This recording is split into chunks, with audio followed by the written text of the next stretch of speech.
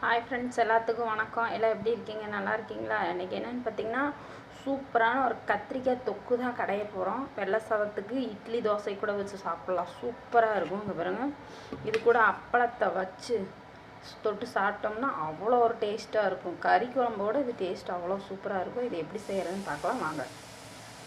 கத்திரிக்காய் தக்காளி கடையலுக்கு இது என்னென்னு பார்த்தீங்கன்னா, ஒரு 6 கத்திரிக்காய் சின்ன சின்னதாக எவ்வளோ உங்களால் சின்னதாக போட முடியுமோ அவ்வளோ போடுங்க. அப்போ தான் கடையிற போது நல்லாயிருக்கும். 6 கத்திரிக்காய் போட்டிருக்கேன், 5 பச்சை மிளகா போட்டிருக்கேன், 3 தக்காளி பழம் போட்டிருக்கேன், அரை ஸ்பூன் மஞ்சத்தூள், கொஞ்சோண்டு உப்பு. இப்போ தூக்கி நம்ம அடுப்பில் வச்சு கத்திரிக்காய் வேகட்டும்.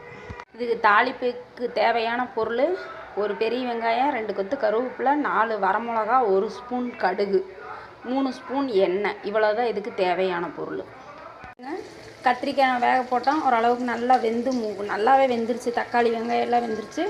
இந்த அடுப்பில் தாளிக்க ஆரம்பிச்சிட்டோம். 2 ஸ்பூனு எண்ணெய், ஒரு ஸ்பூன் கடுகு, ஒரு பெரிய வெங்காயம் கட் பண்ணி போட்டு வரமிளகா நல்லா தீயை வதக்குங்க. கொஞ்சம் கருகு விடுங்க, அப்போ தான் இதுக்கு டேஸ்ட்டாக இருக்கும்.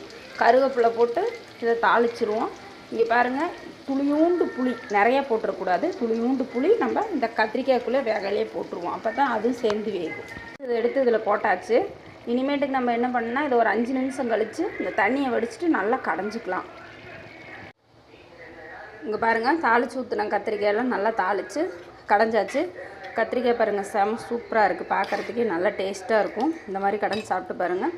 நீங்களும் உங்கள் வீட்டில் செஞ்சு பார்த்துட்டு கமெண்ட்டில் சொல்லுங்கள். வீடியோ பிடிச்சா லைக் பண்ணுங்கள். மறக்காமல் சேனலை சப்ஸ்கிரைப் பண்ணுங்கள்.